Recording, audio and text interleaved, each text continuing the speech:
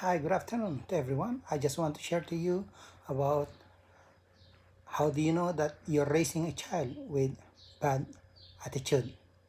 Let's face it, no parents wants to raise a child with a bad attitude. But somewhere between the age of 0 and 18, every child has one, which means every parent must deal with it. In Ephesians chapter 4 verse 23 it says, "Be made new in the attitude of your mind." Clearly, God cares about our attitude. But does having a bad attitude constitute being a child with a bad attitude? What's the difference? And how do I know if I'm raising a kid with attitude and respect issues? Not every child who has a bad attitude is a child with a bad attitude. For instance, a child having a bad day differs from a kid with a bad attitude. One is temporary, the other ongoing. One is situational. Change the circumstances and you'll change the attitude. The other is systematic. Change the circumstances and the attitude stays negative. Still, having a bad attitude can result in being a person with a bad attitude.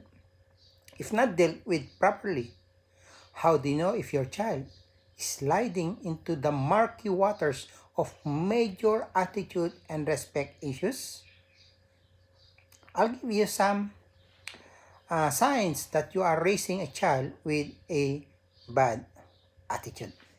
Another one, your child speaks or acts disrespectfully to authority figures.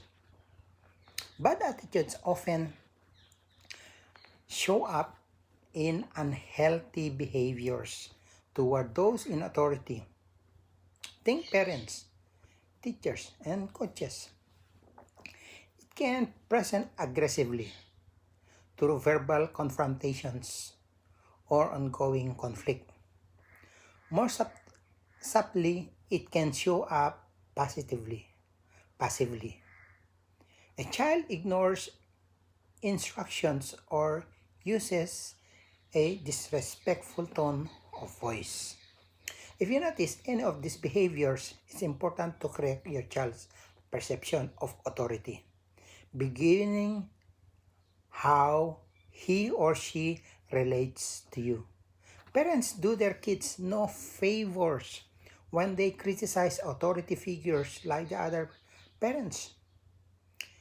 Give instructions they allow their kids to ignore or permit their child to speak respectfully. When our kids were twins, they would sometimes speak in a tone my southern grandmother called sassy.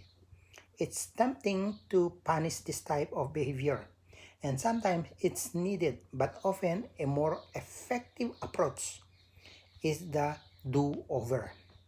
Do-overs allow parents to teach a child right behavior rather than merely disciplining wrong behavior.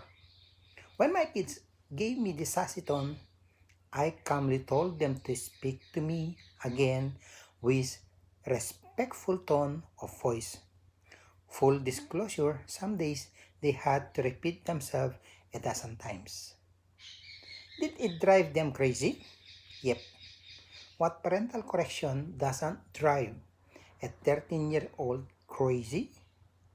But it also developed a respectful attitude toward authority.